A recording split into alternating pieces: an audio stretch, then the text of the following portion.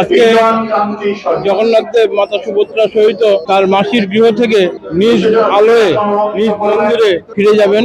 জগন্নাথ দেব ভক্তদের মাঝে এসেছিলেন, এখন ভক্তদের মাঝ থেকে তার নিজ মন্দিরে চলে যাবেন। ভালোই লাগতেছে, আসছি প্রতি বছরই আসা হয়।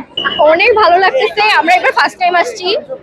আমরা সব ফ্রেন্ডরা মিলে আসছি, তো আমরা অনেক এনজয় করতেছি। আর অনেক মানুষ, আর মেলা প্রচুর সুন্দর। ভগবানের কাছে চাইছি বলতে মানে আমাদের ফ্যামিলি, তারপর বাবা মা, আমাদের তারপর মনের যে মনস্কামনাগুলো আছে এগুলো যেন পূরণ হয়, আর আমাদের সবাই যেন এটলিস্ট ভালো থাকে। উৎসব খুব ভালো লাগছে আমার কাছে, আর নিরাপত্তার যে বিষয়টা, তারপর যে একটা যে কমফোর্টেবল ভাবে আমরা থাকতে পারছি, ছেলে মেয়ে যাই হোক, এগুলো মিলিয়ে সব মিলিয়ে খুব ভালো লাগছে।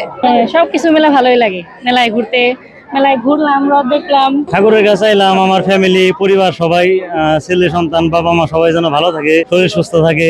এটা আমাদের 400 বছরের পুরানো ঐতিহ্য। এশিয়া মহাদেশের ভিতরে দ্বিতীয় বৃহত্তম রথ। এই রথ আমরা প্রতি বছরে আসি এবং দূর দূরান্ত থেকে ভক্তগণ অনেকে আসে, জাতি ধর্ম বর্ণ নির্বিশেষে সকলে এখানে আসে। বাচ্চাদের নিয়ে মেলা দেখলাম, একটু পরে উল্টো রথ টান দিবে। ভগবানের কাছে চাইলাম সবাই যেন ভালো থাকে। আজকে রথযাত্রা শেষ হয়ে যাচ্ছে, কিন্তু মনটা খুব খারাপ, কিন্তু তাতে কোনো সমস্যা নেই। আসছে বছর আবার হবে। আমরা যেন প্রতি বছর এইভাবে আসতে পারি এবং ভগবানের কাছে প্রার্থনা করি যেন সবাই সুস্থ থাকে এবং সবাই পরিবার সবাই মিলে যেন এই রথযাত্রা উপভোগ করতে পারি, এবং ভগবানের কাছে প্রার্থনা করি যেন আমার সব কাজ সব সময় সফল হয় এবং আমি সব কিছুতেই ফার্স্ট। আমাদের সমস্ত প্রস্তুতি সম্পন্ন। পূজা অর্চনা যেগুলো রথ উপলক্ষে হয় সেগুলো হচ্ছে। প্রশাসন সবসময় নিরাপত্তার যে ব্যাপারটা সেইটা দেখছে এবং সার্বিক অবস্থা যথেষ্ট ভালো। 6টার সময় উল্টো রথযাত্রা শুরু হবে এবং আশা করছি কয়েক লক্ষ লোকের আগমন ঘটবে এই উপলক্ষে।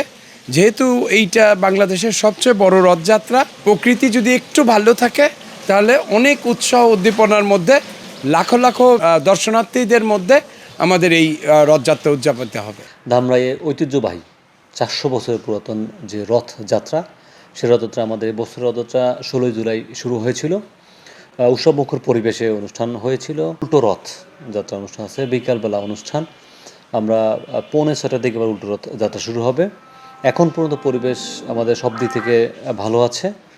আমাদের প্রস্তুতি সম্পূর্ণ হয়েছে, আইন শৃঙ্খলা বাহিনী থেকে শুরু করে সার্বিক নিরাপত্তা ব্যবস্থা এখন পর্যন্ত ঠিক আছে।